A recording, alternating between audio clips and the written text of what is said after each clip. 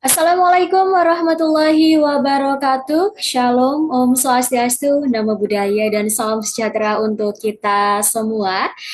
Kami ucapkan selamat malam Bapak Ibu IBT Hero sekalian, dan juga kami ucapkan selamat datang pada Z Talk spesial yang diadakan oleh Zona EBT dengan topik terkait Solar Energy Storage, peran BESS dalam transisi energi Indonesia pada Senin 1 Juni 2026. Perkenalkan sebelumnya saya Seva Rimadanti, boleh disapa Seva selaku fasilitator yang akan membersamai BT Heroes pada Z-Talk spesial malam hari ini. Tentunya bersama dengan narasumber yang ahli di bidangnya.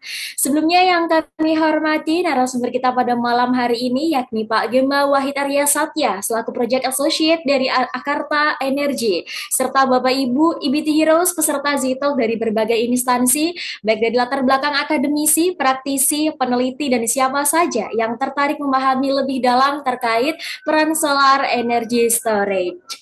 Baik, Bapak Ibu sekalian, untuk mengetahui update dari kabar Bapak Ibu pada hari ini, boleh diketikkan di kolom chat atau diberikan reaction dari Zoom-nya. Kira-kira manakah emoji yang paling menggambarkan kabar Bapak Ibu pada Senin hari ini ya? Mungkin karena hari ini hari Senin yang juga bertepatan dengan hari libur, ada yang mungkin emotikonnya adalah nomor 6 tidur dulu deh, seperti itu. Atau ada yang juga sudah sangat semangat ya untuk mengikuti Zitalk pada malam hari ini, boleh di-spill di kolom chat juga bagaimana kabarnya. Atau boleh juga reactions-nya Bapak Ibu. Oke, sambil menunggu para peserta yang lain untuk bergabung ya. Karena di sini tampaknya jumlah peserta juga semakin bertambah. Kita tunggu Bapak Ibu.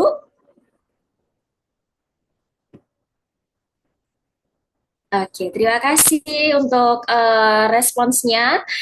Ya, Bapak Ibu yang lain juga kami tunggu untuk update kabarnya pada malam hari ini. Di sini yang sudah hadir ada Kak Dinda, Kak Andika, Pak Arief Budi Santoso, Kak Dimas, Pak Fatih, Kak Vina, dan lain-lain ya. Sambil menunggu teman-teman yang lain, kita lanjut terlebih dahulu. Ya, jadi mungkin dari para peserta yang sudah hadir pada malam hari ini ada yang baru pertama kali mengikuti kegiatan dari Zona EBT. Jadi kami izin untuk memperkenalkan kembali terkait Zona EBT. Jadi Zona EBT merupakan platform layanan kemitraan untuk mendukung transisi energi yang berkeadilan di Indonesia dengan fokus pada penyediaan informasi, analisis, serta produk inovatif terkait pengembangan energi baru terbarukan. Ya, oke. Okay. Beberapa produk yang ditawarkan oleh Zona EBT, yang pertama ada Information Hub terkait media, pekerjaan, dan juga publikasi yang mendukung ekosistem transisi energi. Kemudian terdapat pula Akademi dan juga Certification yang mana memuat program pelatihan dan juga sertifikasi untuk peningkatan keterampilan transisi energi. Lalu ada pula Carbon Credit dan Renewable Energy Certificate yang mana merupakan solusi penyeimbangan karbon dan sertifikat energi terbarukan atau REC untuk mendukung komitmen net zero emission ya. Serta kami juga tawarkan program produk yang berupa AI dan juga software as a service solutions yang berupa platform berbasis AI untuk akuntansi karbon dan juga manajemen emisi. Serta ada pula konsultasi sebagai produk kelima kami seperti itu. Nah, Bapak Ibu sekalian, untuk pada kesempatan kali ini ZITOK termasuk pada produk akademi dan juga certification, yang mana pada akademi and certification ini juga terdiri dari forum. Mungkin Bapak Ibu ada yang pernah mengikuti forum dari Zona EBT, kemudian juga kami tawarkan CertiGreen yang berupa sertifikasi profesional, lalu ada e-learning dan juga corporate training. Demikian Bapak Ibu. Nah, untuk terus mendapatkan update dari kami termasuk produk-produk yang tadi sudah saya sebutkan satu persatu, Bapak Ibu dapat langsung saja follow kami di beberapa sosial media berikut ini. Yang pertama ada Instagram, Facebook, LinkedIn, dan juga Pinterest. Caranya bagaimana? Tidak perlu search satu persatu, cukup di search aja Zona EBT, di search engine masing-masing nanti akan langsung muncul platform-platform kami. Nah, jangan lupa untuk langsung diklik tombol follow-nya agar tidak ketinggalan ya informasi-informasi menarik terkait energi baru dan juga terbarukan yang tentunya akan bermanfaat untuk IBT Hero sekalian. Baik, berikutnya sebagai produk dari Z Academy dan juga certification, kami juga informasikan bahwa zona EBT menyediakan sertifikat karbon yang dapat dibeli guna mengimbangi jejak karbon yang dihasilkan setiap hari. Nah, hal ini tentu penting ya sebagai bentuk kontribusi kita untuk melawan perubahan iklim dan juga sebagai upaya untuk mendukung proyek-proyek yang membantu pengurangan gas emisi rumah kaca. Bagi teman-teman, Bapak Ibu, BT Hero sekalian yang mungkin terlewat untuk melakukan pembelian pada awal registrasi kemarin, boleh langsung saja dipindai kode QR pada layar untuk menuju ke section pembelian. Selain itu, kami juga menawarkan pembuatan sertifikat energi terbarukan atau REC yang juga menjadi alat yang sah dan terverifikasi untuk menunjukkan komitmen kita terhadap penggunaan energi baru terbarukan. Silahkan langsung pindai kode QR pada layar juga untuk langsung menuju ke section pembelian. Baik, Bapak Ibu sekalian, masih ada lagi yang seru-seru dari zona EBT. Jadi, Bapak Ibu dapat memperoleh hadiah yang seru dan juga menarik dari tim zona EBT apabila Bapak Ibu turut meramaikan kegiatan kita pada malam hari ini dengan membagikan ceritanya ketika mengikuti talk show bersama dengan narasumber kita malam hari ini. Ceritanya nanti boleh dikemas dalam bentuk foto ataupun video yang diupload, diposting di Instagram story Bapak Ibu masing-masing. Nah, jangan lupa untuk dikemas secara menarik dan juga kreatif ya agar dapat memperoleh hadiahnya. Untuk itu jangan lupa untuk mention kami di @zona_ebt di Instagram serta pastikan juga Bapak Ibu sudah mengikuti Instagram kami tentunya ya dan juga mengikuti grup WhatsApp kami. Selain itu kami umumkan juga untuk 3 peserta dengan cerita yang paling menarik dan juga kreatif nanti akan mendapatkan hadiahnya. Serta pemenangnya nanti akan diumumkan melalui grup dan juga Instagram kami Zona EBT. Selain itu, apabila ada pertanyaan dapat diajukan pula melalui grup atau menghubungi official account WhatsApp Zona EBT. Baik, demikian. Mari abadikan momennya dan juga dapatkan hadiah serunya Bapak Ibu IBT Hero sekalian. Nah, sebelum memasuki kegiatan kita yang merupakan kegiatan inti, terlebih dahulu akan saya bacakan terkait rules talk show pada malam hari ini. Ya, Bapak Ibu, yang pertama, peserta wajib mengenakan pakaian bebas rapi, kemudian diwajibkan mengganti nama dengan format nama underscore asal instansi masing-masing, kemudian diwajibkan menonaktifkan mikrofon dan menyalakan kameranya selama acara talk show berlangsung, serta peserta dapat mengaktifkan mikrofonnya apabila sudah dipersilahkan oleh fasilitator.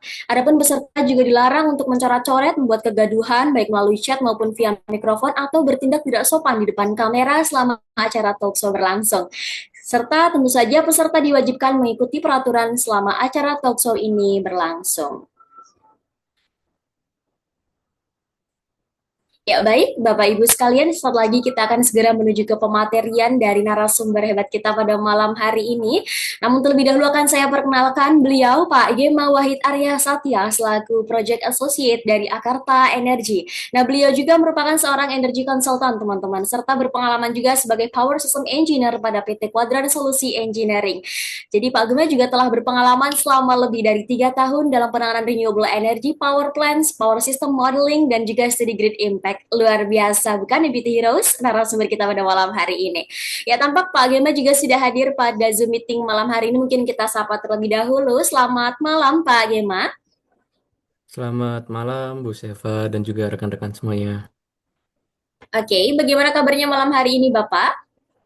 Alhamdulillah selalu baik dan semoga selalu baik ke depannya. Baik. Oke, baik kalau begitu tampak juga bagaimana juga sudah ready ya Pak ya dan juga para peserta juga sudah bergabung semakin banyak. Oleh karena itu mungkin kita langsung saja menuju ke pemaparan materi yang akan disampaikan oleh Pak Gema. Kepada Pak Gema disilakan Pak. Oke, siap. Terima kasih Bu Seva atas kesempatannya. Izin mau tanya Bu, untuk waktunya sampai diberikan sampai jam berapa ya? Biar saya bisa mengestimasikan.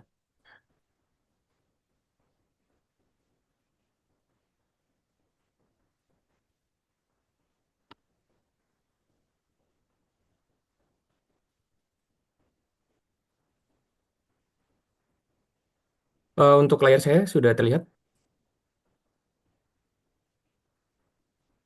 Sudah Bapak. Oke, baik.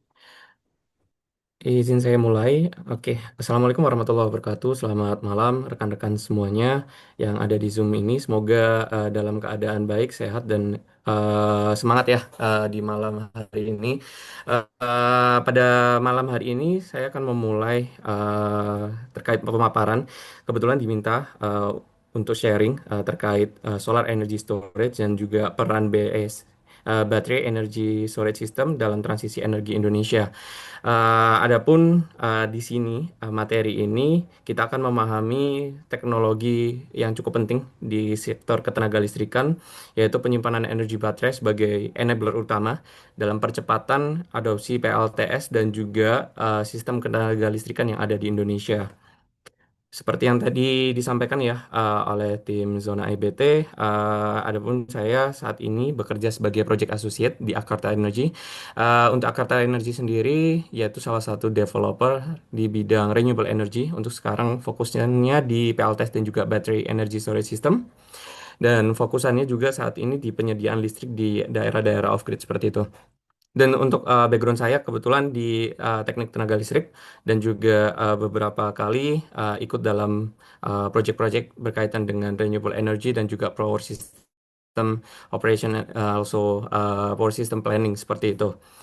Lalu untuk agenda pada malam hari ini, adapun sharing pada malam hari ini, pertama yaitu akan ada pengantar dan juga konteks terlebih dahulu. Mungkin sebagian besar dari rekan-rekan mungkin ada yang dari electrical ataupun ada yang berasal dari teknik ataupun di luar engineering.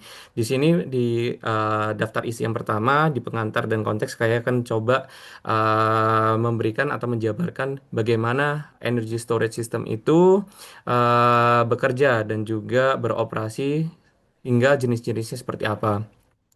Lalu masuk ke daftar isi yang kedua akan membahas macam teknologi dan juga karakteristik dari battery energy storage system yang mana akan menjadi bahasan utama pada sharing pada malam hari ini. Yang ketiga, saya akan menjelaskan terkait aplikasi-aplikasi apa saja dan juga use case apa aja yang ada baik di luar negeri ataupun di Indonesia berkaitan tentang battery energy storage system. Juga di bab yang keempat akan dilanjutkan regulasi-regulasi ataupun kebijakan baik dari sisi Government of Indonesia ataupun dari PLN ya selaku utility yang ada di Indonesia terkait implementasi Battery Energy Storage System di Indonesia dan juga tantangan implementasi BSS dan juga masa depan Battery Energy Storage System yang ada di Indonesia seperti itu. Oke, selanjutnya saya akan masuk ke topik yang pertama, pengantar dan juga konteks terlebih dahulu. Mengapa saya jelaskan karena beberapa mungkin perlu penjelasan terkait energy storage system itu seperti apa in general, lalu fokus juga terhadap beberapa contoh dari energy storage system yaitu battery energy storage system. Dan juga kita akan memahami bagaimana baterai energy storage system itu bekerja dan hubungannya dengan energi surya seperti itu. Oke, sekilas mengenai energy storage system. Energy storage system dan sejarahnya ya.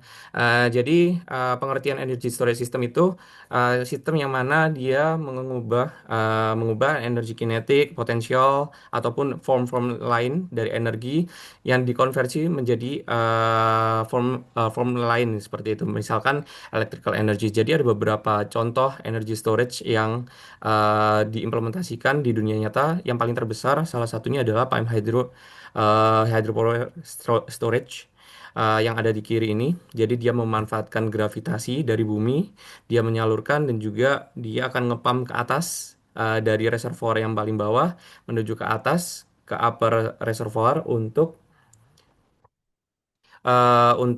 dia menyimpan energinya seperti itu. Dan lalu uh, next di slide yang kedua, jadi ini adalah klasifikasi dan aplikasi energy storage system yang ada saat ini. Yaitu yang pertama ada yang paling terbesar yaitu pump hydro storage. dan juga ada battery energy storage system, dan juga flywheel, compressed air, energy system, dan juga yang lainnya.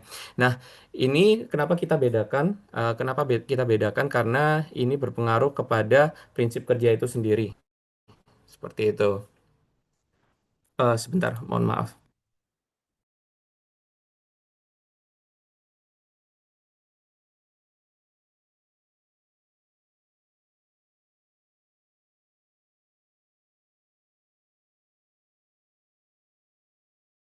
Oke, dibedakan berdasarkan prinsip kerjanya itu sendiri, durasinya seperti apa, dan dia lokasinya seperti apa. Sebagai contoh, yang paling banyak digunakan di Indonesia sendiri yaitu baik di dunia ataupun di Indonesia salah satunya adalah pump hydro storage yang memanfaatkan gravitasi untuk menyimpan energi dalam bentuk energi potensial dan juga nanti kinetik seperti itu. Dan adapun yang akan menjadi bahasan kita selanjutnya yaitu battery energy storage system, ada LFP dan sebagainya.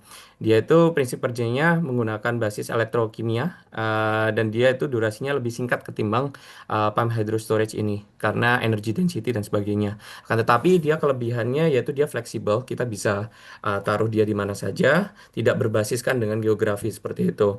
Dan juga sekarang dia bisa diimplementasikan karena keunikannya itu sendiri untuk membantu sistem ketenaga listrikan seperti itu. Dan juga ada yang lain-lainnya yang akan saya jelaskan selanjutnya. Oke, penjelasan klasifikasi aplikasi energy storage system yang kedua berdasarkan lokasi fisik dan jaringan listrik. Energy system, storage system dapat dikategorikan menjadi dua kelompok, yaitu in front of the meter and behind the meter seperti itu. Nah, ini punya keunikannya sendiri-sendiri seperti itu, Bapak Ibu semuanya. Hmm. Nah, kita berlanjutkan ke apa itu battery energy storage system. Mohon maaf, Bapak Ibu.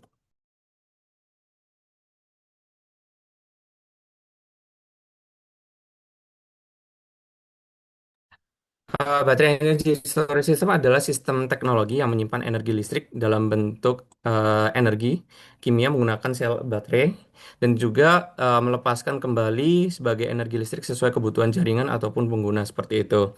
Nah, komponen utama dari baterai energy storage system itu sendiri kita bisa lihat yaitu baterai modul itu sendiri dan juga ada baterai management system yang berguna untuk memanage dari baterai sel-selnya itu sendiri dan juga nanti kita transformasikan menjadi AC seperti itu alternating current, dan juga nanti akan ditransferkan ke grid utama seperti itu dan juga konfigurasi dari battery energy storage system yang kita bisa lihat di sebelah kanan yaitu sistemnya terdiri dari shell yang kecil-kecil lalu kita rangkai menjadi satu modul lalu dirangkai menjadi sebuah rak dan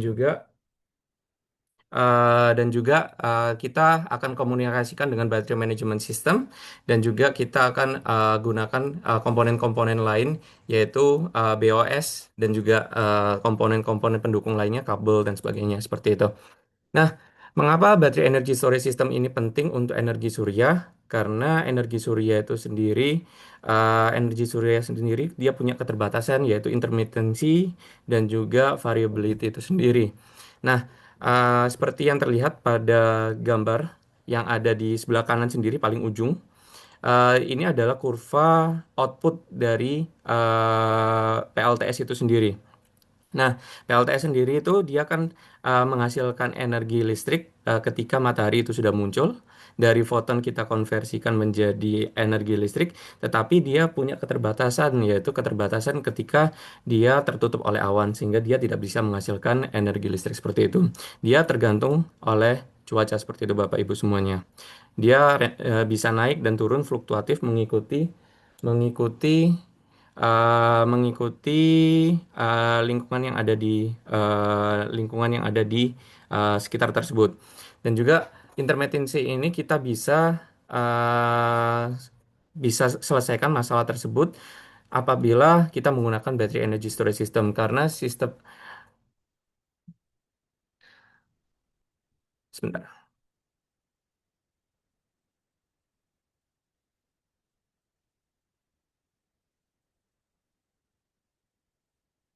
Oke.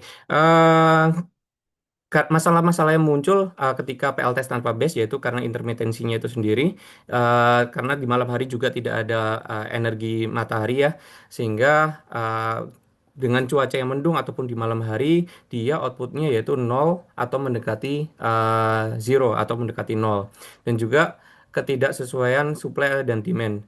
Ketika di puncak produksi surya, bisa jadi kebutuhan energi listrik itu tidak besar. Misalkan nih, teman-teman pulang ke rumah masing-masing, menyalakan lampu dan sebagainya kan kebiasaannya yaitu di malam hari. Sementara di malam hari tidak ada matahari di sana. Maka dari situ ada peran penting BSSS untuk menggeser, yaitu menyimpan energi pada siang hari dan dilepaskan ketika malam hari. Dan juga ada isu lagi terkait fluktuasi tegangan dan frekuensi. Ini berhubungan juga terkait dengan sistem ketenaga listrikan seperti itu. Ketika kita ada perubahan mendadak terkait iradiasi atau dari sinar matahari itu sendiri, itu akan menyebabkan fluktuasi tegangan dan juga itu akan mengganggu stabilitas dari jaringan kelistrikan. Karena dengan yang tidak flat ataupun tidak sesuai dengan permintaan, dia akan menyebabkan grid itu ataupun jaringan ketenaga listrikan tidak stabil. Dan juga untuk PLTS tanpa Battery Energy Storage System, ketika dia produksinya berlebih di siang hari dan juga ketika siang hari kita tidak menggunakan itu, misalkan saya gambar di sini, kita misalkan hanya membutuhkan listrik menggunakan segini. Misalkan cuman 600 kilowatt seperti itu. Tetapi pada jam 12 siang dia produksinya bisa sampai 1600 kilowatt. Maka sisa-sisa yang di atas ini akan terbuang secara percuma seperti itu. Nah, lalu apa pentingnya dari PLTS dan juga Battery Energy Storage System ataupun yang dikoppel dengan baterai? Dia itu bisa menyimpan kelebihan produksi pada siang hari ini dan juga akan melepas permintaan di saat yang tinggi, yaitu biasanya di malam hari. Dan ketersediaan energi bisa menjadi 24 jam. Seperti itu. Lalu juga kita juga bisa menghaluskan atau smoothing output dari PLTS itu sendiri. Nah, PLTS itu sendiri karena kita bisa lihat ya yang tadi dia itu ramping up atau naik turunnya itu kan signifikan. Kita bisa perhalus keluaran dari PLTS itu menjadi agak smooth seperti ini, Bapak Ibu semua. Oke. Nah, dan juga kita bisa menggunakan PLTS dan juga Battery Energy Storage System sebagai grid service yang memungkinkan untuk PLTS ataupun sistem PLTS yang terkoppel dengan Battery Energy Storage System memberikan ancillary service. Mungkin nanti akan saya jelaskan detail di slide selanjutnya. Jadi memungkinkan PLTS itu memberikan support terhadap jaringan, yaitu mensupport tegangan, atau menjadi spinning reserve dalam sebuah ketenaga listrikan atau menjaga frekuensi itu agar tetap atau mendekati 50 Hz yang mana sesuai dengan compliance-nya dia terhadap jaringan PLN seperti itu misalkan. Oke, next. Bab yang kedua terkait teknologi dan karakteristik battery energy storage system. Setelah kita di pendahuluan yang tadi, uh, kita akan membahas tentang teknologi yang ada pada battery energy storage system itu sendiri. Next, oke. Secara teknologi dan jenis teknologi baterai, ada beberapa perbandingan berdasarkan bahan-bahannya atau komoditi yang ada di baterai energy storage system tersebut. Yang lumayan terkenal yaitu NMC, ada LFP, sodium ion, dan juga yang lain-lainnya, lead acid dan sebagainya. Mungkin rekan-rekan di sini sudah ada beberapa yang pernah menggunakan baterai tipe lead acid ataupun LFP ataupun NMC. Dan masing-masing itu memiliki karakteristiknya masing-masing, baik dari karakteristik kimiawi ataupun karakteristik elektrikalnya sendiri. Dan juga kita bisa membagi dari teknologi tersebut terhadap densitas energi tersebut. Misalkan kita punya satu ukuran yang sejenis, itu energi density-nya itu bisa jadi berbeda-beda. Dan juga life cycle-nya itu bisa jadi berbeda satu sama yang lain. Life cycle itu seperti apa? Misalkan Bapak atau Ibu naik turun ataupun misalkan baterai HP-nya dari 100% ke 0% berapa life cycle-nya itu bisa kita hitung seperti itu. Dan juga secara biaya juga bervariasi berdasarkan teknologinya. Dan juga pasti di setiap produk itu memiliki keunggulan dan juga kekurangan seperti itu. Mungkin dari NMC sendiri dia itu secara energy density-nya lebih bagus ketimbang yang lainnya. Tetapi dia pasti punya kekurangan, yaitu salah satunya adalah sensitif terhadap panas yang ada di eh, sistem tersebut seperti itu. Dan untuk saat ini, LFP itu sangat mendominasi pasar baterai energy storage system secara utility scale karena kombinasi keamanan dan juga umur yang panjang serta harga yang turun secara terus-menerus. Adapun NMC sendiri banyak digunakan di Amerika seperti itu. Nah, penting bagi rekan-rekan sekalian untuk memahami parameter penting yang ada di baterai energy storage system. Jadi, hal ini penting ketika kita ingin mengaplikasikan BESS ini pada operasi sistem ketenaga listrikan atau misalkan kepada sistem microgrid yang kecil seperti itu.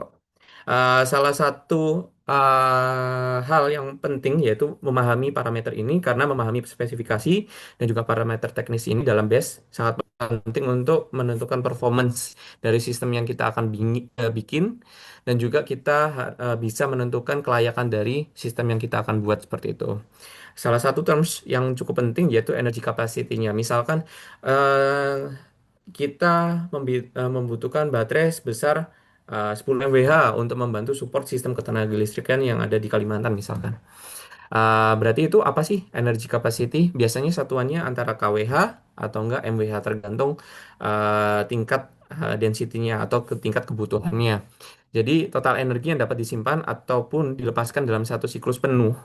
Satu siklus menentukan berapa lama battery energy storage system tersebut dapat memasok listrik pada daya tertentu. Misalnya nih, Bapak punya 10 mWh.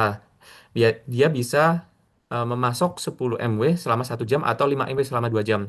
Jika kita gunakan 100% seperti itu. Itu secara gampangnya. Tetapi ada beberapa terms penting yang lainnya yaitu power rating. Di sini mohon maaf ada kesalahan penulisan. Power rating ini satuannya adalah MW, megawatt ataupun KW berdasarkan rating dari power conversion systemnya atau yang merubah dari energi DC atau listrik DC menjadi listrik AC yang dapat kita konsumsi sehari-hari. Jadi power rating ini adalah daya maksimum yang dapat dikeluarkan ataupun diserap oleh baterai energy storage system dalam satu waktu nih. Jadi, ini menentukan juga cepat atau lambatnya baterai energy storage system itu dalam merespon perubahan beban ataupun naik turun dari sisi bebannya. Jadi, kita punya uh, istilah lain atau misalnya terms lain berkaitan tentang energy capacity dan juga power rating ini yaitu adanya C-rate seperti itu. Jadi C-rate ini adalah pembagian antara MW atau power rating terhadap energinya MW per mWh seperti itu. Contohnya seperti apa? Misalkan saya punya baterai setengah C, 0,5 C misalkan. Setengah C berarti di sana kita atau misalnya 1 C. Jadi daya satu penuhnya 1 jam dia itu bisa melepaskan sesuai dengan power ratingnya tersebut 1 mWh. Misalkan kita punya 10 mWh baterai 1 C berarti dia power ratingnya atau power rating dari PCS-nya sekitar 10 mW juga seperti itu. Lalu terms yang ketiga yaitu cycle life dan juga DOD. Jadi cycle life adalah jumlah siklus charge dan discharge. Dia melakukan charging, jadi dia ngecas seperti HP kita, kita ngecas dan juga mendischarge sebelum kapasitas turun ke 80% seperti itu. Oke, lalu DOD-nya sendiri kedalaman seberapa dalam baterai itu dikosongkan dalam siklus tersebut. Misalkan teman-teman nih punya baterai. Baterai misalkan teman-teman biasanya gunakan dari 95% ke 30% misalkan seperti umumnya. Berarti DOD-nya adalah pengurangan dari 95 ke 30 tersebut. Lalu juga kita punya transient round trip efisiensi, yaitu rasio energi yang berhasil dikeluarkan dibandingkan dengan energi yang dimasukkan seperti itu. Jadi misalkan teman-teman punya base dengan jaminan misalkan RTI-nya sekitar 89% atau 90%. Berarti energi atau efisiensi dikurangi dengan konsumsi pribadi dan sebagainya itu sekitar 90% seperti itu. Ini menentukan pentingnya round trip efisiensi untuk dari kita menghitung financial modeling seperti itu. Kita nanti bisa menjual atau menyerap baterai itu seberapa banyak seperti itu, seberapa efisien seperti itu. Lanjut. Oke, ini saya ambil salah satu contoh, salah satu gambar juga terkait baterai energy storage system. Di sini teman-teman bisa lihat ini adalah tipe CNI atau yang bisa digunakan untuk komersial dan juga industri seperti itu. Mirip-mirip sebenarnya antar brand dan sebagainya. Jadi di sini kita bisa baca misalkan rated capacity-nya yaitu dia bisa menyimpan hingga 241 kWh. Berarti ini energinya. Lalu maksimum cycle efisiensinya bisa sampai 91 dan juga ada parameter-parameter lainnya seperti itu Bapak Ibu. Lalu di sini juga dari sisi DC-nya sendiri yaitu sel-selnya baterai sel dan sebagainya, dia itu materialnya dari apa sih? Misalkan dari NMC kah ataukah dari LFP dan sebagainya. Dan juga berapa sih battery pack-nya itu dan juga operasi kerjanya. Misalkan dia bisa bekerja dari tegangan sekian 648 DC, volt DC hingga 852 seperti itu secara garis besarnya. Lanjut. Oke, ini adalah karakteristik kurva generation dan juga battery energy storage system. Jadi yang sebelah kanan ini di sini adalah kurva generator ataupun inverter dalam mode PQ seperti itu. Nah, di sini ini adalah kurva yang dinormalisasikan atau yang simplified seperti itu. Jadi, sebuah inverter ataupun generator dia bisa mengeluarkan ataupun mendispatchkan daya aktif dan juga daya reaktif. Kalau misalkan rekan-rekan ada yang dari teknik elektro ataupun dari elektrik, jadi sebuah daya dalam kelistrikan itu ada tiga, daya semu, biasanya S, ini satuannya VA, dan juga ada daya aktif, itu P, ini yang biasanya teman-teman sebutkan dengan istilah watt, satuannya, dan juga daya reaktif. Reaktif itu Q, satuannya var. Jadi, ada salah satu mode kelebihan dari baterai energy storage system ini, dia dapat melakukan penyerapan, dapat mendispatch sesuai kebutuhan kita. Dia bisa daya aktifnya, ataukah dia mensuplai semua daya aktif, ataukah daya aktifnya cuma butuh sekian, tetapi daya reaktifnya butuh lebih banyak dan sebagainya. Itu dia dapat memberikan support baik dari daya aktif ataupun daya reaktif seperti itu. Jadi itu salah satu kelebihannya. Dan juga seperti sistem ketenaga listrikan yang lainnya dan juga pembangkit-pembangkit lainnya, mereka itu harus uh, sesuai dengan grid code atau ketentuan jaringan yang mana diatur oleh pemerintah di Permen 20 SDM tahun 2020. Jadi semua pembangkit itu harus mampu beroperasi baik itu pembangkit konvensional ataupun pembangkit non konvensional seperti misalkan PLTS ini pada rentang tegangan normal dengan faktor daya yang disyaratkan. Walaupun di sini mungkin BSSS istilahnya belum digunakan seperti itu. Dan juga kita bisa lanjut ke aplikasi dan use case dari baterai energy storage system ini.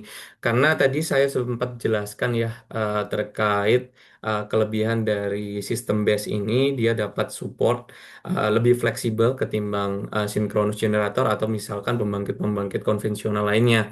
Dia bisa support terhadap daya aktif saja, misalkan, ataupun daya aktif dikombinasikan daya reaktif, ataupun misalkan nanti ke depannya bakal digunakan untuk support daya reaktif saja. Itu bisa saja. Adapun aplikasinya sendiri, ini saya coba jelaskan terlebih dahulu overview terkait karakteristik sistem ketenaga listrikan terlebih dahulu supaya nanti gampang memahaminya. Jadi karakteristik sistem tenaga listrik itu juga memiliki masalah-masalah yang tipikal. Kalau dulu mungkin sebelum banyaknya PLTS ataupun PLTB, pembangkit listrik tenaga bayu angin, itu permasalahannya hanya untuk menyesuaikan demand-nya saja. Misalkan Bapak Ibu satu kota menyalakan lampu di jam yang sama, mungkin itu menjadi challenge bagi gridnya atau dari PLN. Tetapi sekarang tantangannya itu lebih dari sisi demand dan juga supply-nya, karena salah satu supply-nya itu dia variabel atau intermitensi juga. Nah, masalah itu VRI di sini adalah singkatan variable renewable energy, salah satunya yaitu PLTS dan juga baterai. Dia itu bad-nya atau kekurangannya dia akan menyebabkan stabilitas jaringan atau frekuensi jaringannya itu menjadi buruk seperti itu. Dan juga dia akan mendorong capacity factor atau penggunaan tahunan dari suatu pembangkit-pembangkit yang base loader kayak PLTU, PLTP, panas bumi dan sebagainya menjadi lebih rendah seperti itu. Dan juga yang ketiga yaitu karena VRI ini menggunakan inverter ya, menggunakan power elektronik atau elektronika daya, dia itu dan akan mengurangi penggunaan pembangkit-pembangkit konvensional yang berputar, maka dia akan mengurangi inersia dari sebuah sistem. Dan apabila inersia itu semakin berkurang, maka apabila ada terjadi gangguan di sistem ketenaga listrikan, dia akan mudah sekali untuk ada gangguan seperti itu. Dan juga apabila banyak VRI di sistem ketenaga listrikan tersebut, maka dia akan rentan terjadi gangguan di sana. Atau misalkan terjadi gangguan satu lokasi, bisa meluas secara eh, bisa meluas secara cepat seperti itu. Lalu masalah-masalah yang ada dalam sistem ketenaga listrikan juga yaitu PLTD. PLTD yang saat ini banyak digunakan itu di peakernya. Jadi ketika sudah tidak cukup semuanya pembangkit-pembangkit existing atau pembangkit-pembangkit base loader, kita biasanya menggunakan PLTD. Tetapi seperti yang rekan-rekan tahu semuanya, diesel itu menggunakan solar ya. Solar sekarang harganya mahal dan juga ketika kita menggunakan PLTD ini dia akan menyebabkan biaya operasional dari pembangkitan itu sangat tinggi dan juga adanya terkait cadangan putar atau spinning reserve yang cukup rendah. Nah, ini spinning reserve yang rendah ini akan menyebabkan gangguan. Apabila ada gangguan sedikit saja, dia akan meluas lebih cepat seperti itu. Lalu, karakteristik dari sistem tenaga yang saat ini ada di Indonesia ataupun misalkan kemarin terjadi gangguan yaitu di Sumatera terkait saluran transmisi yang cukup panjang. Jadi transmisi yang panjang ini ada impact-impactnya, yaitu pengendalian yang tegangannya itu buruk, karena di sistem ketenaga listrikan atau di transmisi biasanya kan ada losses-lossesnya, dia itu menyebabkan tegangannya buruk seperti itu. Dan juga ada masalah-masalah pembatasan transfer transmisi dan juga rugi-rugi daya. Dan juga ada juga saat ini di sistem distribusi juga yang panjang-panjang itu menyebabkan tegangan dropnya itu atau misalnya tegangannya itu menjadi buruk seperti itu. Dan juga ada isu-isu terkait power quality, congestion, atau rugi-rugi daya yang cukup tinggi di masalah distribusi ataupun di transmisi. Dan juga ada beban-beban khusus. Misalkan teman-teman pernah dengar smelter. Smelter untuk mengubah logam logam yang raw atau yang masih mentah menjadi semi jadi gitu. Nah, biasanya itu ada beban-beban khusus seperti smelter itu membutuhkan perlakuan khusus terhadap kelistrikannya, power quality-nya kita harus jaga dan sebagainya. Nah, itu semuanya bisa dibantu oleh battery energy storage system, baik dia menjadi sistem kesatuan ataupun menjadi sistem dengan penggunaan yang lain seperti itu. Nah, peran BSS sendiri itu sendiri kita bisa jadikan tiga segmen besar pengaplikasian BESS itu sendiri. Yang pertama, off-grid dan remote area, yang mostly kebetulan saya lakukan dengan company yang sekarang. dan juga komersial dan industrial dan juga utility scale. Untuk off-grid sendiri itu seperti apa sih? Untuk sebagai bayangan teman-teman, untuk di off-grid sendiri mereka biasanya jauh dari PLN terdekat ataupun jauh dari jaringan distribusi PLN yang terdekat sehingga untuk memenuhi kebutuhan listrik mereka, mereka biasanya menggunakan PLTD karena PLTD mudah kan untuk kita pindahkan, mudah kita install dan sebagainya. Tetapi masalah yang ada sekarang yaitu harga diesel yang cukup banyak, lalu utamanya lagi masalah dekarbonisasi. Misalkan sebuah perusahaan pengen mengurangi penggunaan diesel atau yang berhubungan dengan karbon-karbon seperti itu. Jadi dengan base ini kita bisa menghybridkan atau menggabungkan PLTS dengan base itu sendiri sehingga kita dapat mereplace, menggantikan atau mengurangi penggunaan dari diesel tersebut. Dan juga kita bisa melakukan penghematan BBM di wilayah terpencil yang ada di remote-remote area seperti itu. Karena untuk mengirim BBM dan sebagainya cukup susah. Dan juga kita bisa melakukan elektrifikasi di desa-desa atau di wilayah-wilayah yang belum ada listrik di sana. Itu kita bisa mempercepat ketimbang kita membangun PLTU, membangun misalkan pembangkit-pembangkit yang cukup besar karena tidak ekonomis. Kita bisa juga menggunakan PLTS juga, dan juga BESS untuk solusi-solusi di wilayah 3T. Dan juga kita bisa menggunakan base ini sebagai solusi di microgrid dan juga telecom tower seperti itu. Untuk komersial sendiri dan industrial, misalkan di sebuah negara ya, mereka ada time of use. Misalkan di jam-jam tinggi, penggunaan jam 18 misalkan sampai jam 20, harga per kWh-nya itu lebih mahal biasanya. Sehingga kita bisa melakukan inject dari baterai energy storage system yang mana kita siang-siang kita cas dulu pada siang hari, ketika malam kita bisa lepaskan seperti itu. Dan juga dari segi utility scale ini seperti apa Bapak Ibu dan rekan-rekan sekalian. Jadi ini skala yang kita bisa install ke jaringan-jaringan utama PLN, biasanya di jaringan distribusi utama 20 kV ataupun dia langsung injek ke 150 ataupun 500 kV seperti itu. Jadi kegunaannya itu sebagai apa? Peak saving mungkin nanti aku coba jelaskan di slide berikutnya. Dia secara umum frequency regulation, spinning reserve, cadangan berputarnya, arbitrase energi, dan juga transmission deferral. Mungkin nanti saya coba jelaskan satu persatu karena cukup menarik dan bisa digunakan, diimplementasikan di Indonesia ke depannya seperti itu. Lanjut. Oke. Salah satu peran BES itu sendiri adalah menstabilkan frekuensi sistem ketenaga listrikan. Jadi seperti yang tadi sempat saya coba jelaskan ke rekan-rekan, energy storage system seperti BES ini dia dapat menyerap karena dia lebih fleksibel ya kurva kapabilitasnya. Dia dapat menyerap dan menginjeksi daya aktif dengan sangat cepat, yaitu lebih cepat daripada generator mekanikal konvensional. Konvensional ini seperti apa? Misalkan PLTU.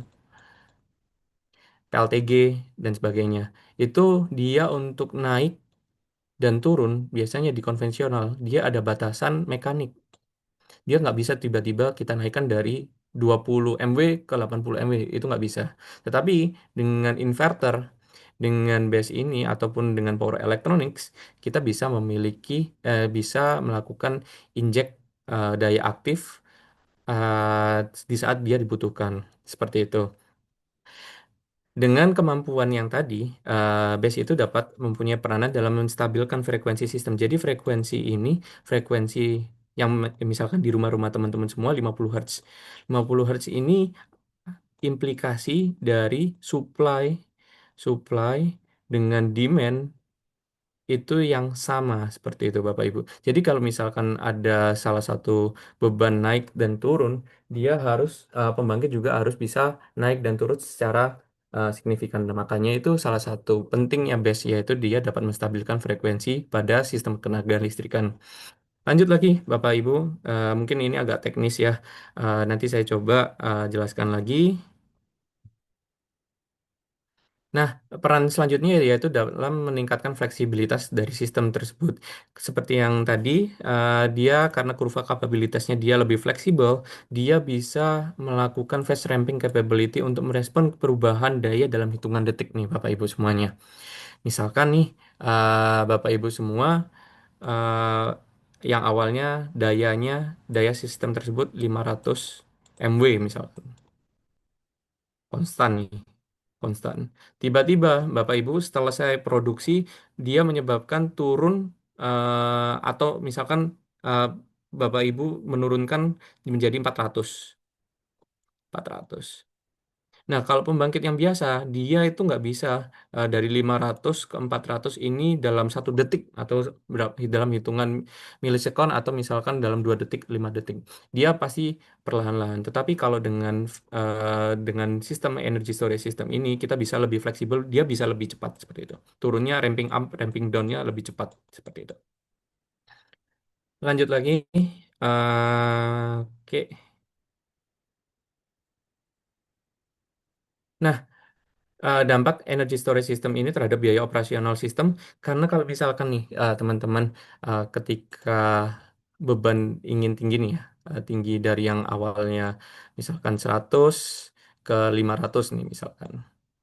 Ketika mau ke atas ini, dia harus ada persiapan dulu. Pembangkit-pembangkit yang lainnya harus dipanasin dulu, harus disiapin semua. Dia itu harus starting up dan juga shutdown cost. Dia harus mengeluarkan misalkan mau manasin dulu nih, manasin PLTD. Dia pasti ada bakar gensetnya atau bakar dieselnya, nunggu dulu dan sebagainya sampai dia diperintahkan untuk naik seperti itu. Nah, dengan adanya ISS ini kita bisa menurunkan harga atau menurunkan cost kita untuk starting up ataupun shutdown sistem tersebut.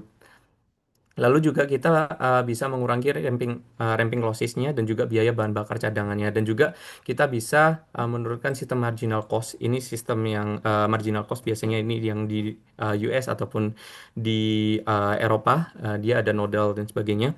Nah, studi dari KAISO ini California Independent System Operator, dengan penggunaan BESS ini mereka bisa menghemat tahunan itu hingga 35 juta USD. Lumayan signifikan ketimbang kita harus menyediakan spinning reserve dan sebagainya. Lanjut. Oke, terkait ancillary service, jadi salah satu support sistem ketenaga listrikan dia bisa disupport oleh battery energy system yaitu ancillary service Bapak Ibu. Jadi istilahnya ini untuk membantu jaringan untuk menjaga kualitas atau menjaga supply dari sistem ketenaga listrikan itu sendiri. Nah, BES itu bisa membantu support tegangan. Misalkan nih teman-teman punya jaringan jaringan transmisi nih, tiba-tiba jaringan transmisinya agak panjang. Tiba-tiba di sini tegangannya drop nih, yang awalnya dari 500 kV misalkan, 500 kV tiba-tiba ngedrop di bawah requirementnya misalkan di bawah 5% misalkan. Kita bisa melakukan base ini ramping up karena dia bisa support untuk daya reaktif, dia bisa mengembalikan tegangannya ke batas nominal atau batas positif negatif dari yang ditentukan oleh sistem tersebut. Nah, dalam konteks grid analysis, fungsi auxiliary service ini dari ISS dapat berbentuk pengaturan tegangan dan juga dia berhubungan dengan kestabilan frekuensi yang mana berhubungan dengan dispatch dan juga charging dan juga discharging seperti itu. Lalu next, lanjut lagi. Nah, ISS juga dia bisa capacity forming, yaitu dia bisa justifikasi nih dengan penggunaan PLTS dan base, aku bisa support nih 5 MW konstan 24 jam, walaupun tanpa matahari di malam hari. Dia bisa form karena dalam sistem ketenaga listrikan biasanya ditanyain, pembangkit A, kamu bisa support daya 5 MW nggak dalam sekian jam, sekian jam, sekian jam. Itu dia bisa memberikan kepastian kepada operator, oh aku bisa supply segini, MW segini dalam sekian jam, seperti itu. Nah, dan juga manfaat-manfaat yang lainnya, yaitu kita bisa support power quality, dan juga menjadi spinning reserve seperti yang tadi saya coba jelaskan dia itu baterai dia bisa standby uh, dan jika dia dibutuhkan dia bisa support baik dari sisi MW-nya ataupun MWH-nya secara energi seperti itu. Dan manfaatnya itu apa? Dia bisa meminimalkan dampak dan juga dampak dari pemadaman listrik seperti itu. Dan juga mengurangi kebutuhan sumber pembangkit untuk selalu online. Misalnya nih, daripada saya mengaktifkan pembangkit 5 secara paralel, mending kita standbyin dua pembangkit tetapi ditambah dengan satu baterai karena baterai sendiri nggak ada biaya starting up dan sebagainya seperti itu. Dan juga kita bisa melakukan peak shaving yang diberikan oleh energy storage system. Jadi ketika dia beban puncak misalkan, ataupun misalkan PLTS di siang hari nih, di siang hari kita bisa nih, sorry, peak shaving ini misalkan beban puncak atau dari sisi loadnya ya, di malam hari kita bisa support energi ketika jam-jam puncak tersebut seperti itu. Jadi pelanggan dapat menghemat tagihan ketika mereka dengan mengurangi biaya permintaan di saat puncak. Misalkan di waktu beban puncak WB, waktu beban puncak itu biasanya harganya lebih mahal. Nah, kita bisa support dengan harga yang lebih murah ketimbang kita ambil dari grid utama tersebut. Nah, ini bisa diimplementasikan di negara-negara yang menggunakan time of use seperti itu. Dan juga manfaat yang kedua yaitu utility atau PLN dapat mengurangi biaya operasional untuk memenuhi permintaan puncak. Jadi Bapak Ibu semuanya ketika PLN nih ya, salah satu utility yang ada di Indonesia, ketika support di malam hari nih, dia bakalan lebih mahal nge-support di malam hari karena dia harus siap-siap dulu nih mulai dari sore manasin pembangkit-pembangkit yang ada untuk nyuplai bantu ketika di beban puncak di malam hari seperti itu. Dengan adanya baterai ini atau energy storage yang lainnya kita dapat mereduksi penggunaan operational cost dari penggunaan pembangkit-pembangkit yang digunakan ketika peak seperti itu Bapak Ibu semuanya. Lanjut juga kita bisa load leveling. Jadi loadnya diratakan seperti itu, diimbangkan. Jadi 24 jam sebisa mungkin menjadi flat seperti itu. Sebisa mungkin ya, tetapi tidak bisa seflat mungkin. Dan ini manfaatnya adalah kita bisa menunda nih investasi dalam peningkatan jaringan atau pembangkit listrik kapasitas baru. Misalnya nih teman-teman sebagai utility atau distribution planner, misalkan orang yang menciptakan atau memplanning jaringan distribusi ataupun transmisi. Nanti teman-teman bisa nih, nanti investasinya nanti di akhir-akhir aja karena kita bisa mereduksi investasi di awal seperti itu. Yang awalnya kita harus naikin nih uprating misalnya, istilahnya uprating upgrading. Tapi kita bisa tunda nanti karena bisa nih kita load leveling dulu nanti di jam sekian dibantu sama base seperti itu. Dan juga mengurangi kemacetan dari transmisi dan distribusi congestion seperti itu. Jadi Bapak Ibu ibaratnya sebuah jalan ya, jalan yang menyempit jalan itu ada volume-volume tertentu. Di saat volume-volume misalkan di pulang kerja misalnya teman-teman, itu kan pasti volumenya agak tinggi. Itu bisa kita reduksi seperti itu. Dan juga seperti yang tadi saya jelaskan juga, karena kita bisa mengurangi atau load leveling atau peak shaving dan sebagainya, kita bisa mengurangi susut transmisi dan distribusi. Kok bisa? Karena losses ya, seperti yang teman-teman tahu, itu berhubungan erat dengan I kuadrat dikali R, yang mana I adalah arus. Ketika teman-teman nih arusnya tinggi sekali di jam-jam tertentu dan kita bisa flatkan atau menurunkan I-nya itu tadi, maka losses ini kita dapat kurangi seperti itu. Dan juga studi dari KEPCO, PLN-nya Korea, di jaringan 154 kafe mereka, mereka dapat menurunkan losis tahunan sebesar 2,7%. Itu cukup besar. Kalau sebagai gambaran, di Indonesia kalau nggak salah sekitar 12-16% ya untuk distribusi, transmisi sekitar 7%-an ya kalau nggak salah. Jadi kita bisa mereduksi lagi nih losses. Dan losses ini berkaitan juga terkait duit ya. Karena karena losses ini juga kita harus bayar generationnya juga seperti itu. Dan juga peran ISS juga terkait virtual transmission line. Jadi misalnya nih teman punya dua sirkuit nih. Yang satu 200 MW. Dia bisa transfer dari sisi A ke B. Ini 200 MW, sorry 200 MW. 200 MW. Jadi ketika misalkan salah satu baterainya ini lagi bermasalah, kita masih bisa support dari misalkan baterainya ditaruh di sini, kita bisa install nih baterai di sini jadi mengurangi kongensi ataupun misalkan terjadi misalkan gangguan pada jaringan transmisi yang lainnya seperti itu. Oke, lanjut.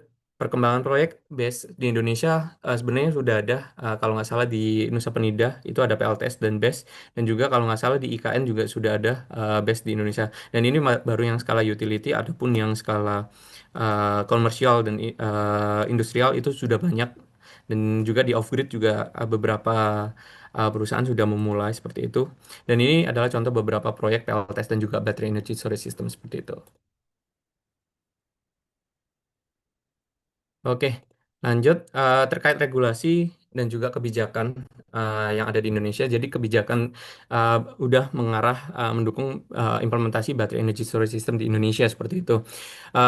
Di Perpres nomor 112 tahun 2022 itu PLN sudah dari pemerintah sudah menentukan harga untuk PLTS yang dikombinasikan oleh storage seperti itu, dan juga di RUU PTLN terbaru di 2025-2034 itu juga memasukkan target penambahan kapasitas storage yang lebih besar lagi sampai 2034, dan juga regulasi-regulasi yang lainnya. Tetapi seperti yang tadi saya jelaskan ada beberapa part yaitu ancillary service itu masih belum, ataupun energy arbitrage, arbitrase energi itu masih belum bisa nih sampai sekarang, karena belum ada regulasi spesifik tentang ancillary service itu yang berbasis battery energy storage system, dan juga belum ada standar teknis nasional yang komprehensif terkait base itu sendiri, dan juga mekanisme revenue stream dan juga tarif storage yang belum jelas.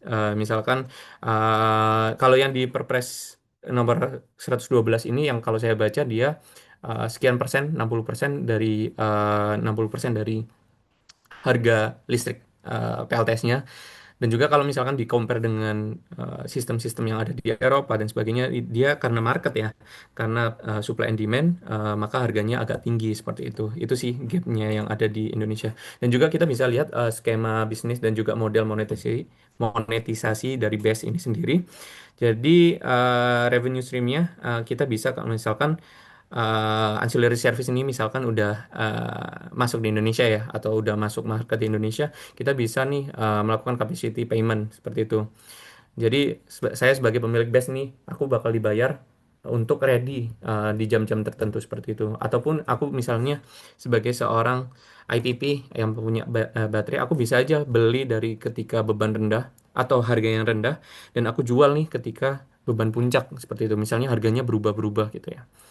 Dan juga ancillary service, aku bisa support nih menstabilkan tegangan di GI sekian, gardu induk sekian, seperti itu. Dan juga model bisnis seperti umumnya BOT, dan juga ataupun sebagai IPP ya, IPP supply ke PLN, ataupun bisnis-bisnis lainnya sebagai EPC atau jasa penyedia ONM dan sebagainya. Dan juga sekarang terkait tantangan implementasi BES di Indonesia sendiri, walaupun biayanya cenderung turun, akan tetapi saat ini masih mahal ya untuk BES itu sendiri.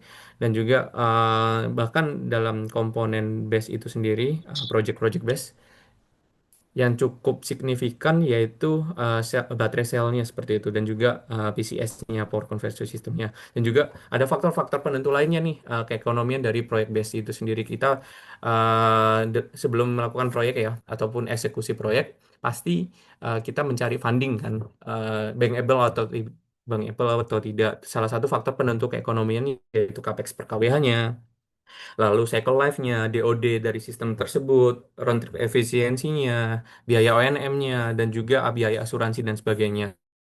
Itu juga menjadi tantangan tersendiri dari implementasi BES itu. Lalu juga ini berdasarkan pengalaman pribadi dan juga di tim ya, untuk tantangan pengoperasian BES sendiri itu ada dari sisi teknis dan juga operasional. Jadi ketika kita melakukan implementasi BES itu sendiri dan kita letakkan di Indonesia, seperti yang kita tahu Indonesia kan negara tropis ya, otomatis panas 30 sampai 35 derajat Celcius, dan juga kelembabannya tinggi. Jadi ada beberapa baterai-baterai NMC misalkan, atau misalkan baterai-baterai yang umum deh, itu bisa cepat panas gitu. Ada potensi-potensi seperti itu. Nah, jadi kita harus cek betul dari baterai atau dari penyedianya, dia itu coolingnya seperti apa untuk mendinginkan baterai selnya tersebut ketika terjadi panas. Apakah menggunakan kipas saja, fan, atau menggunakan liquid cooling, ataupun hybrid dan sebagainya. Kita perlu tahu. Lalu juga implikasi dari tersebut ada degradasi baterai dan juga SOH-nya itu sendiri. Jadi kapasitas baterai itu bisa turun secara normal ataupun bisa terakselerasi lebih cepat karena penggunaan operasional dan sebagainya. Jadi kita bisa menggunakan BMS yang lebih canggih atau SCADA dan sebagainya. Lalu juga masalah-masalah teknis lainnya yaitu misalkan kita ingin connect ke jaringan utama. Berarti kita harus melakukan grid compliance, lalu kita melakukan studi-studi pre-feasibility study dan feasibility study, kita harus melakukan FAT, SAT dan sebagainya. Nah itu saya melihatnya masih belum kuat di sananya. Dan mungkin kita bisa belajar dari negara-negara tetangga yang sudah implementasi kuat di penggunaan BESS seperti misalkan Australia ataupun di Europe ataupun di US seperti itu. Kita bisa studi banding dengan KAISO dan sebagainya. Dan juga masalah di ESDM dan juga kapabilitas dari sisi ONM. Karena BESS ini teknologi baru, jadi perlu training lebih dan juga perlu tenaga-tenaga ahli yang banyak. Karena untuk melakukan maintenance juga cukup sering untuk pengawasan dan sebagainya. Jadi cukup banyak dan mungkin zona EBT mungkin ya nanti ke depannya bisa melakukan ini ya inovasi ataupun training-training terkait BESS karena kebutuhan akan tenaga ahli di sektor PLTS ataupun Battery Energy Storage System ini bakalan banyak ke depannya seperti itu. Jadi itu cukup penting apalagi kalau praktikal seperti itu.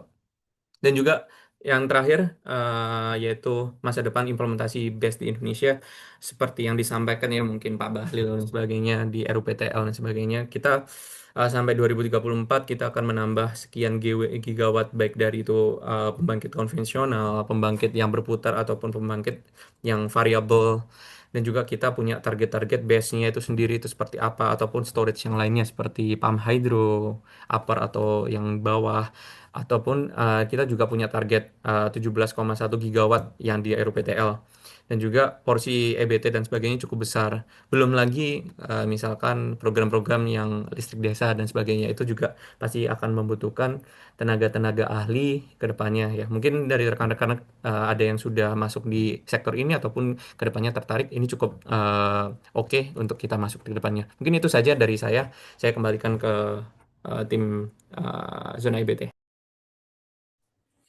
Baik, terima kasih Pak Gima atas pemaparan materinya luar biasa untuk malam hari ini di Zital Spesial ya teman-teman sekalian. Ya, kemudian saat lagi karena pemaparan materi sudah dilangsungkan, berikutnya kita akan menuju ke sesi tanya jawab. Jadi kepada para peserta yang telah hadir di Zoom meeting ini boleh disampaikan pertanyaannya baik melalui kolom chat dengan diketikkan terlebih dahulu atau boleh juga untuk langsung raise hand sehingga nanti bisa untuk menanyakan pertanyaannya secara langsung dan juga berdiskusi dengan narasumber kita malam hari ini. Silahkan Bapak Ibu teman-teman sekalian.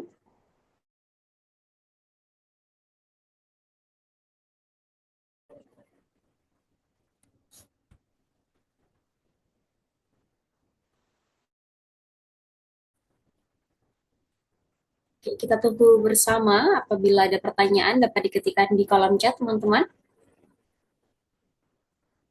Oke, pertanyaan pertama, Pak Gema dari Pak Dimas Bagas Raditya. Pak Gema, apakah sudah ada utility scale based project ongoing di Indonesia, Bapak? Oke, terkait base itu sendiri ya, untuk yang saya ketahui saat ini masih progres ya untuk studi dan sebagainya. Tetapi untuk yang PLTS dan juga Battery Energy Storage System itu udah ada yang terimplementasi, Pak. Jadi sebagai informasi salah satunya yaitu di IKN ya. Di IKN itu ada PLTS dan juga di Kopel sekitar 15 atau 18 mWh ya baterai. Jadi itu untuk support dan kebetulan saya pernah main ke lokasinya itu untuk support ketika jaringan atau misalkan operator di Kalimantan Timur itu membutuhkan support dari baterai di malam hari, mereka bakal support seperti itu.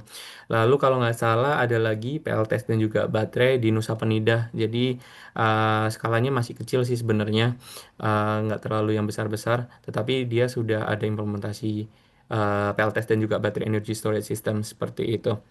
Adapun kalau nggak salah kemarin sempat ditenderkan oleh PLNNP ya terkait PLTS dan juga baterai itu cukup banyak dan sekarang mungkin sudah tahap tender ya untuk siapa yang menang dan sebagainya saya belum copy terkait itu. Kalau nggak salah ada yang PLTS Sumeneb dan sebagainya. Itu Pak. Baik, terima kasih Pak Gema untuk jawabannya. Demikian Pak Dimas, jawaban dari narasumber kita pada malam hari ini dari Pak Dimas. Apakah sudah cukup terjawab atau ada yang mau ditanggapi? Bapak silahkan.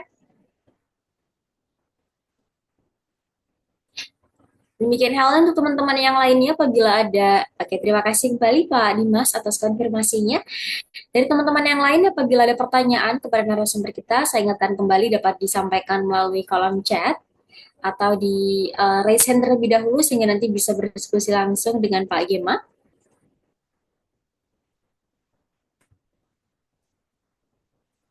Berhubung waktu tanya jawab kita masih ada sekitar hingga beberapa menit ke depan, tepatnya 8.30 ya teman-teman.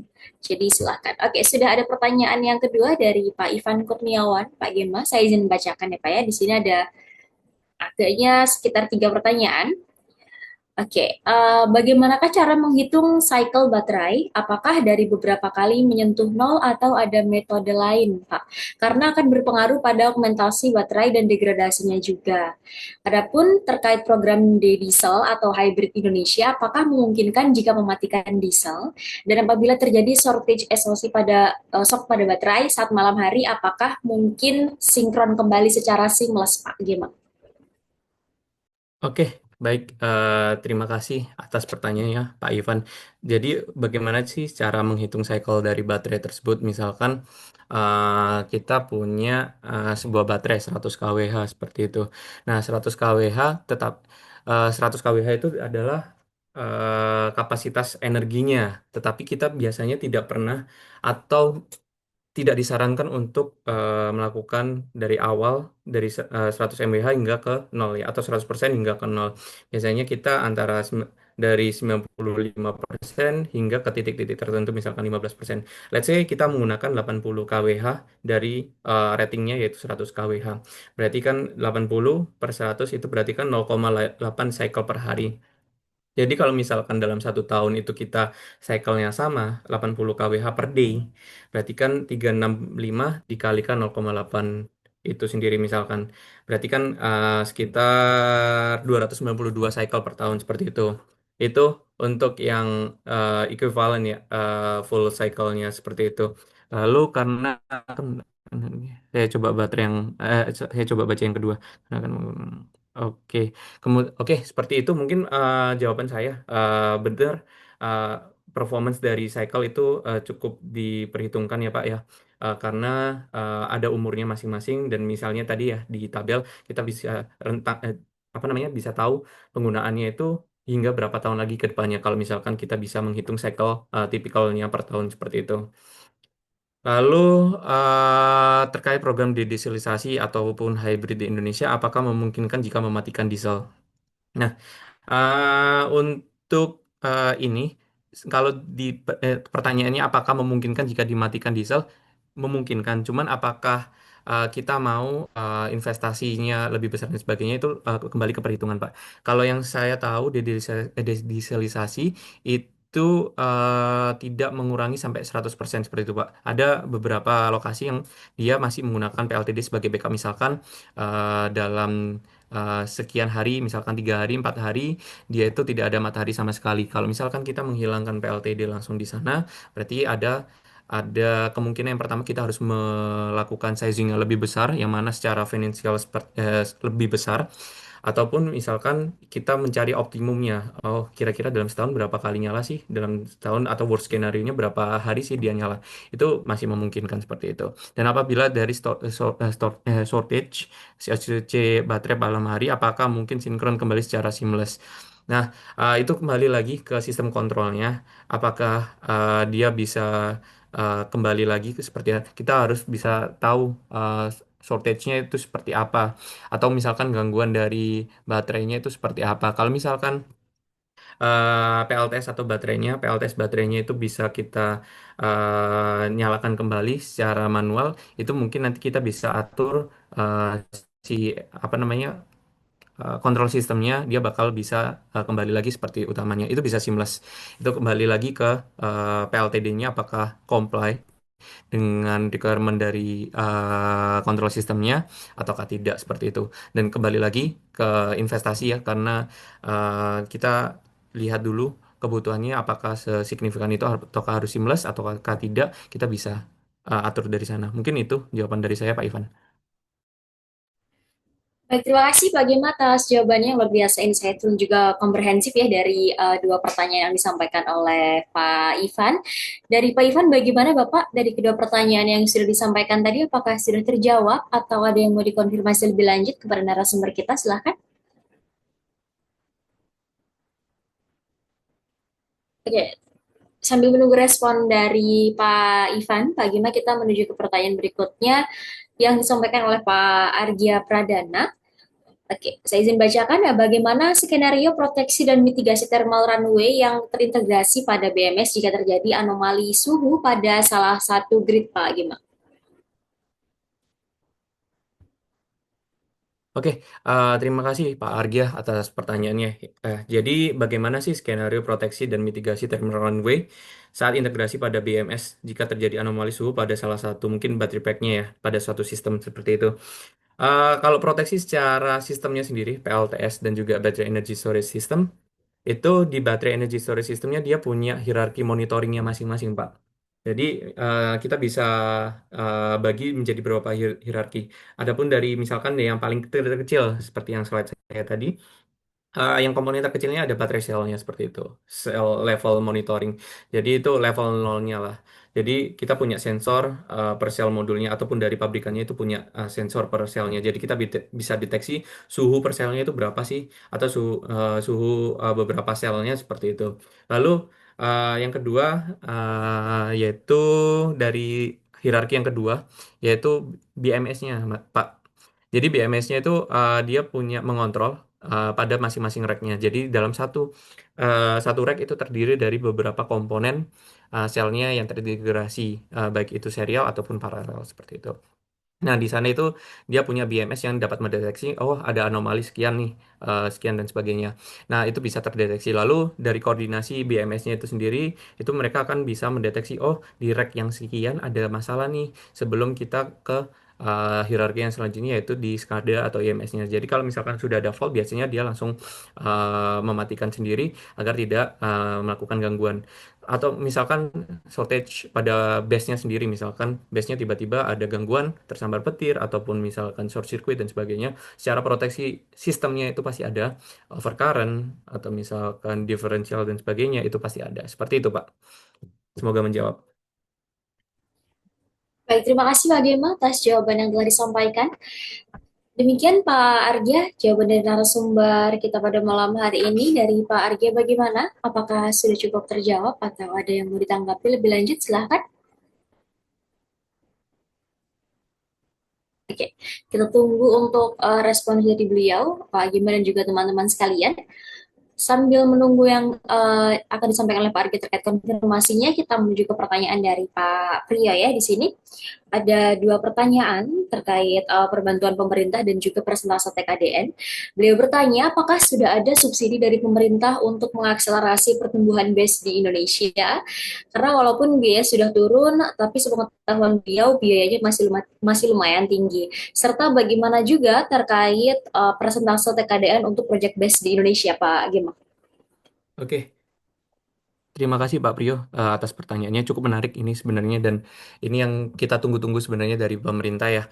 Apakah sudah ada subsidi atau bantuan dari pemerintah untuk mengakselerasi pertumbuhan BES di Indonesia? Untuk saat ini setahu saya masih belum belum ada Pak seperti itu ataupun insentif dan sebagainya. Dan juga paling kalau uh, kalau biaya itu benar turun Pak. Tetapi masih tinggi untuk saat ini ditambah lagi dengan kurs dolar ya cukup tinggi ya.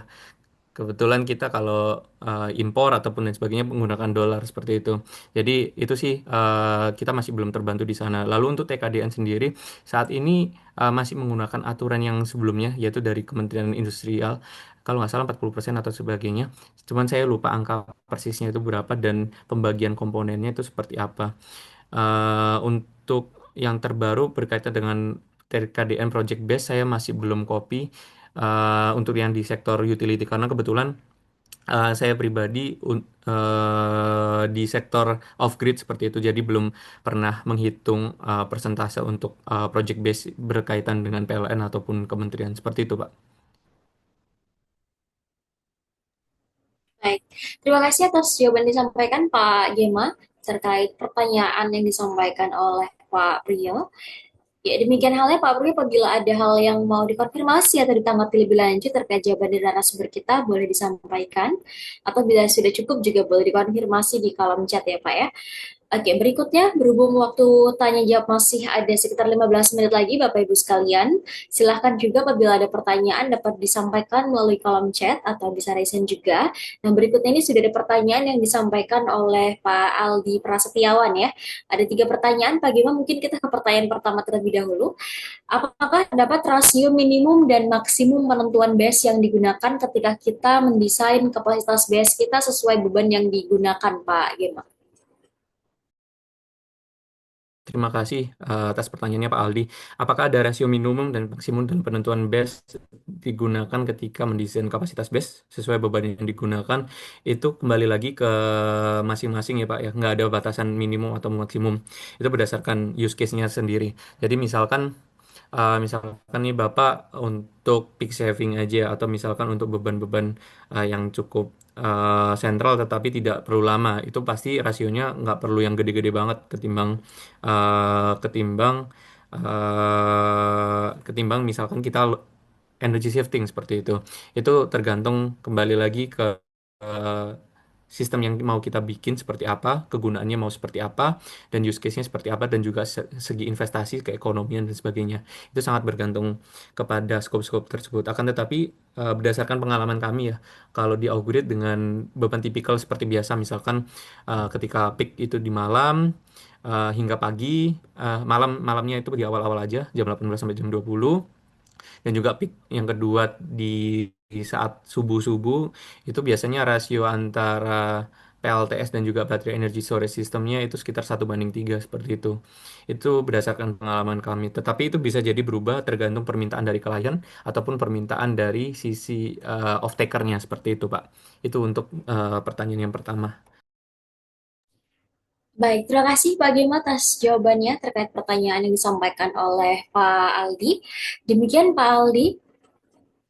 Oke, boleh dikonfirmasi apabila sudah cukup terkait jawaban dari pertanyaan yang pertama. Kita menuju ke pertanyaan berikutnya terlebih dahulu, masih berkaitan dengan, oke, ya, beliau bertanya juga ketika menggabungkan BES dengan energi baru terbarukan lainnya, apakah BES bisa mensuplai ketika masih dalam proses charge belum 100%? Dan apabila bisa, apakah dapat mempengaruhi life dari BES itu sendiri, Pak Gema? Oke, jawaban singkatnya terkait itu bisa, sangat bisa. Tergantung dari kontrol yang kita mau berikan kepada sistem tersebut. Kita bisa saja memberikan logic ketika dibutuhkan dia bisa charging, atau misalkan dia bisa bypass misalkan dari resource yang ada. Misalkan saya membayangkannya dari pembangkit listrik tenaga biomes, misalkan biomes kita gunakan untuk charging ke baterai, tetapi di satu ketika biomesnya itu dibutuhkan untuk load misalkan, itu bisa saja kita atur logiknya, baik itu logiknya itu kita mau supply dulu ke baterai, baterainya ke charging, atau langsung di bypass aja misalkan jadi load sharing gitu, misalkan loadnya ada yang ke baterai untuk ngecas, ada yang untuk supply ke beban, itu bisa kita bisa atur seperti itu. Dan apakah bisa mempengaruhi life cycle dari base? Enggak, Pak. Baik, terima kasih Pak Gema atas jawaban yang disampaikan. Ya, demikian jawaban dari pertanyaan yang kedua, Pak Aldi. Oke, silahkan disampaikan juga apabila ada tanggapan lebih lanjut. Kita akan menunggu konfirmasinya dan apabila sudah cukup boleh disampaikan juga. Ya, untuk pertanyaan yang terakhir dari Pak Aldi, Pak Gema, apabila ketika kita melakukan berpindah dari on grid ke sistem off grid, apakah kita perlu mengisolasi sistem base dari grid utama, Pak Gema? Oke, baik. Tergantung use case-nya kembali lagi, Pak. Ketika melakukan perpindahan dari on-grid menjadi off-grid, apakah perlu mengisolasi sistem base dengan grid utama? Kalau saya lihatnya ini seperti microgrid ya, Pak ya. Misalkan Bapak punya data center, misalkan data center yang terdapat di microgrid Bapak itu ada baterai, ada diesel, ada load utama data center misalkan. Ketika Bapak berpindah dari on gridnya ada masalah dan sebagainya, berarti ya memang dia harus terisolasi dengan sistem base-nya seperti itu. Base-nya harus terisolasi dengan jaringan utama seperti itu, Pak. Gitu. Baik, Pak Atau Gema, misalkan terima Bapak kasih. punya energy community seperti itu microgrid yang misalkan Bapak punya komunitas sharing gitu antara renewable energy dan juga baterai di masing-masing rumah Bapak atau tetangga Bapak. Nah, ketika ada gangguan di 20 kafenya PLN atau jaringan distribusinya PLN, bisa aja diisolasi trip, tetapi community Bapak atau di RT RW Bapak itu tidak padam, tetapi pasti terisolasi dengan jaringan utama atau grid utama seperti itu, Pak. Baik, terima kasih Pak Gema atas jawaban yang disampaikan terkait tiga pertanyaan dari Pak Aldi. Baik, para Pak Aldi, apabila ada yang mau ditanggapi, silahkan disampaikan di kolom chat, dan apabila sudah cukup, silahkan dikonfirmasi Bapak. Oke, sudah terjawab. Diucapkan apresiasi, terima kasih kepada Pak Gema dari Pak Aldi, Pak. Ya, oke, kita ke pertanyaan berikutnya dari Kak Ernitia Paramasari. Mengingat Indonesia punya cukup banyak nikel, apakah ada tren pergeseran dari LFP ke NMC pada aplikasi base di Indonesia, Pak Gema? Oke, baik. Terima kasih atas pertanyaannya, Bu. Terkait LFP ke NMC, kebetulan kan kita punya nikel yang cukup banyak. Kalau saya bacanya sih belum ada arah ke sana lagi ya, ke NMC. Karena kebetulan kalau nggak salah, kebanyakan sekarang LFP. Cuman saya takut salah sih untuk jawab ini. Ataupun kalau misalkan kita mau transformasi lagi ya, menggunakan maksimalin NMC sendiri, berarti kan kita harus ada yang di-tackle permasalahan teknikal ataupun dari sisi nikelnya itu sendiri, NMC-nya sendiri. Nah, itu kan berarti kita harus ada R&D yang sesuai dengan problem-problem yang ada. Misalkan kan dari NMC itu sering untuk baterai runaway dan sebagainya, thermal thermal runaway dan sebagainya itu perlu di-solve dulu. Tapi apakah ada pergeseran LFP dan NMC di Indonesia ya? Saya belum bisa jawab untuk itu, Pak. Bu. Baik, terima kasih Pak Gema atas jawabannya. Demikian, Bu Ernitia, apakah sudah terjawab pertanyaannya? Apabila sudah, boleh dikonfirmasi Ibu. Dan apabila belum, boleh disampaikan tanggapannya. Oke, sudah terjawab. Terima kasih Pak Gema. Ya baik, Bapak Ibu, Ibu Hero sekalian, sesi tanya jawab kita masih akan berlangsung hingga 8 menit ke depan, tepatnya hingga 8.30 ya, kita akhiri nanti. Nah, kepada Bapak Ibu sekalian, apakah ada pertanyaan lagi kepada narasumber kita malam hari ini? Atau ada yang berkenan untuk raise hand dan juga kemudian berdiskusi secara langsung membahas topik kita pada malam hari ini, Bapak Ibu? Oke. Mungkin kita tunggu beberapa saat lagi untuk siapa tahu dari Bapak Ibu ada yang mau bertanya kembali di kolom chat.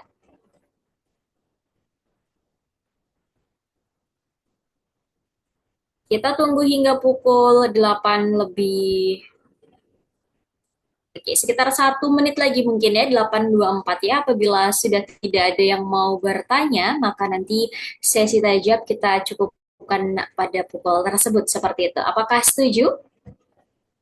Mungkin boleh dibantu pendapat setujunya dengan ketik satu.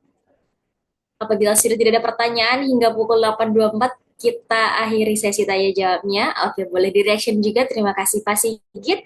Teman-teman yang lain bagaimana? Setuju? Apakah yang setuju hanya Pak Sigit? Oke, terima kasih Pak Dimas. Bagaimana yang lain? Para peserta yang sudah hadir.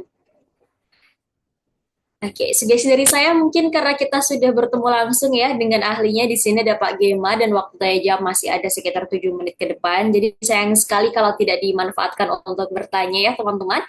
Jadi yang masih mungkin ada suatu problem di praktik pada bidang masing-masing ya, di kondisi Bapak Ibu masing-masing, boleh ditanyakan yang mana terkait ya dengan topik kita pada malam hari ini kepada Pak Gema ya.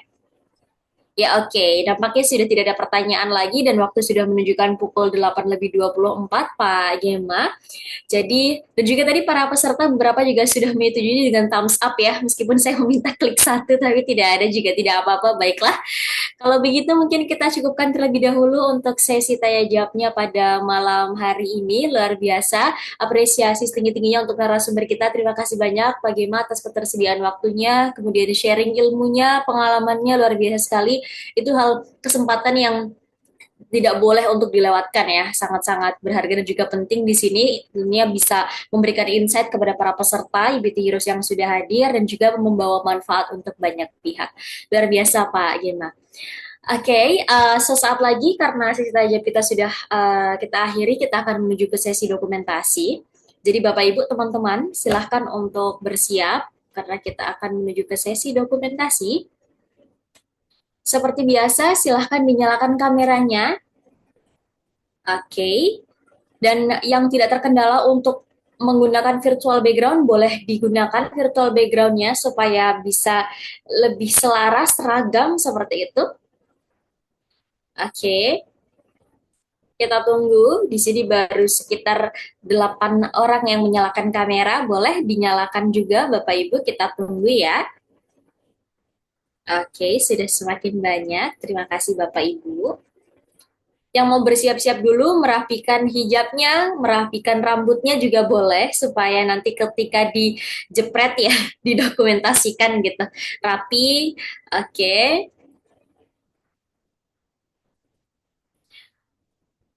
Ya, apakah sudah siap? Baik, kalau begitu kita akan dokumentasikan sama-sama.